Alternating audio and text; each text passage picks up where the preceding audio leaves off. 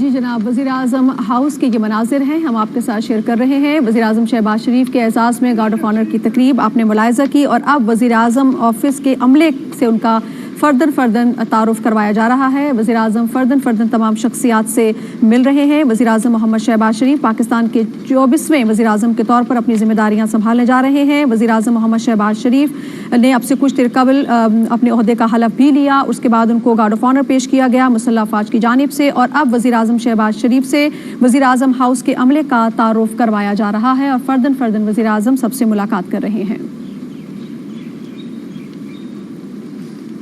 وزیراعظم شہباز شریف وزیراعظم ہاؤس ان کی آمد اور اس کے بعد انہیں گارڈ آف آنر پیش کیا گیا۔ وزیراعظم ہاؤس کا جو عملہ ہے ان سے بھی ان کی تعارف کروایا گیا، اور وزیراعظم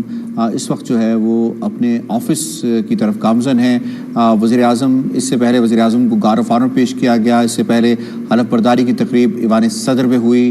صدر جناب عارف علوی نے ان سے حلف لیا، اور اس کے بعد پھر ان کی آمد ہوئی وزیراعظم ہاؤس میں، انہیں گارڈ آف آنر پیش کیا گیا، اور اس کے بعد جو وزیراعظم ہاؤس کا عملہ ہے ان سے تعارف کروایا گیا۔ وزیراعظم آج ہی اپنے یقیناً جو کیبنٹ کی فارمیشن ہے اس کے اوپر کام کا آغاز ہو جائے گا، جیسے کہ اطلاعات ہیں پاکستان مسلم لیگ نواز کے سورسز کی جانب سے کہ یہ 2 دن کے اندر کیبنٹ جو ہے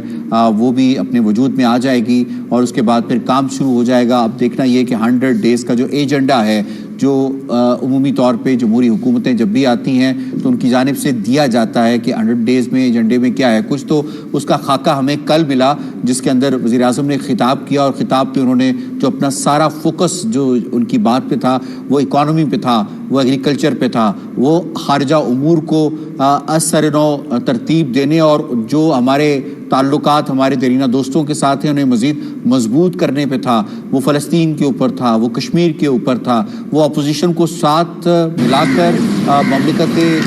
جو